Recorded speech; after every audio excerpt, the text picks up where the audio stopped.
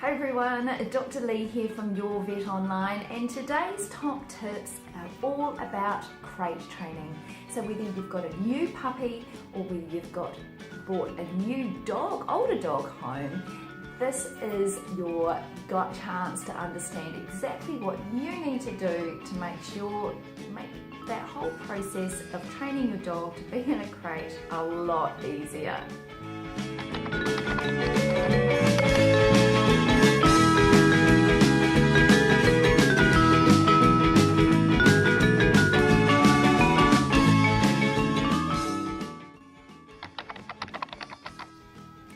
So the number one top tip with crate training your puppy is to make it a home that is special and safe for them. So I always recommend buying a crate that's going to be able to fit them when they're an adult dog. So quite a lot bigger, and you can actually get partitions to go down so that the dog can't go all the way through, because you don't really want them to have too much space early on, otherwise they'll just use that extra space as somewhere maybe to go to the toilet or do things that you don't want them to do. So in that crate, what you want to do is you want to put their toys and maybe some really beautiful bedding, soft and comfy, and that's where you want to place it somewhere that is going to be part of the family. So you're not about having these crates, it's not about putting them somewhere out the back in the laundry, somewhere where they can't be seen by other people. Have it somewhere where you want them to be part of the family, but it's not necessarily in the way. So that's the number one top tip, is make sure you've got the crate in a place where you want it to be, and provide bedding and some toys in it so that your pup or your new dog is really comfy. Number two, and this is the start of the actual crate training. What we want to do is we want to get some really tiny treats. They don't have to be very big at all, just really tiny treats, and you're just going to throw them into the crate. And your dog is hopefully going to like them and follow into the crate, grab the treat, and then they'll probably just wander out. The whole idea of this purpose is to get your pup really used to walking in and out. We're not closing the door, we're not doing anything like that.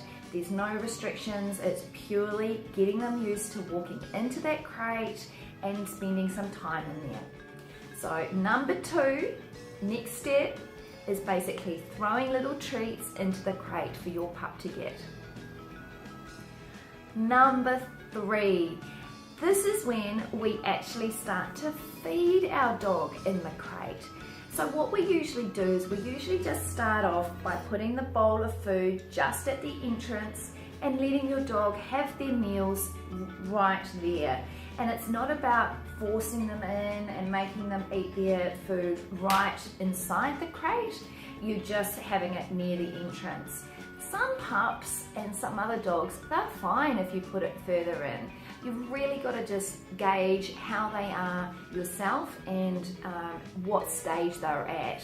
So feeding your dog at the start of the crate, just near the door, is number three. Number four is putting the food at the back of the crate. This means that your dog has to walk right inside, they have to eat their whole meal right inside that crate, and they can still come out if they want to, but the idea is that they learn that the crate is safe, there's no problems with them being inside, and they're quite happy to sit in there and eat their whole meal. So number four is having their meal totally inside the crate. Number five, and this is where we start to get a bit of fun. This is when we actually begin to close the door of the crate.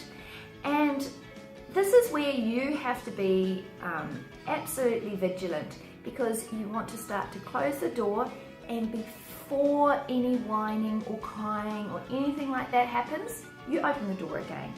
So the pup or the older dog doesn't feel trapped.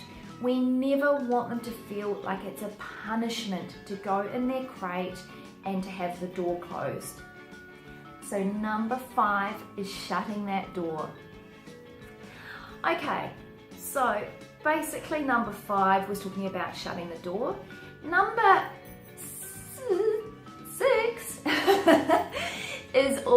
about prolonging the length of that time in the crate with the door closed. Now, as I mentioned with number 5, this can get quite tricky because sometimes the big rule is we don't ever want to have our pup or dog cry and then open the gate of the crate when they're crying, because all that does is teaches them that you are going to let them out when they cry, which is exactly not what we want to do.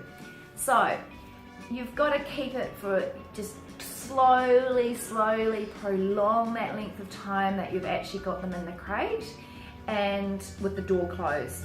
If you hear any crying or anything, wait till they stop and then let them out. And the stop can be momentarily, it's just they aren't crying when you let them out.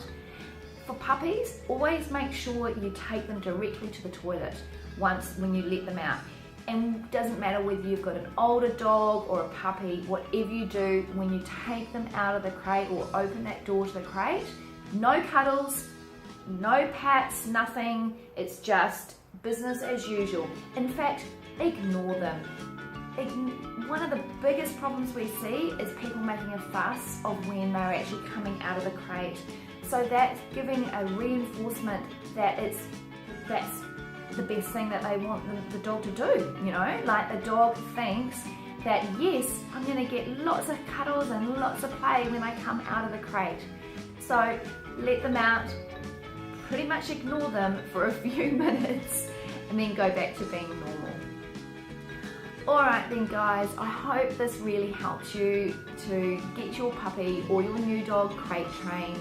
I'm Dr. Lee. If you liked this video, give us a thumbs up and subscribe to our channel below. Have a great day.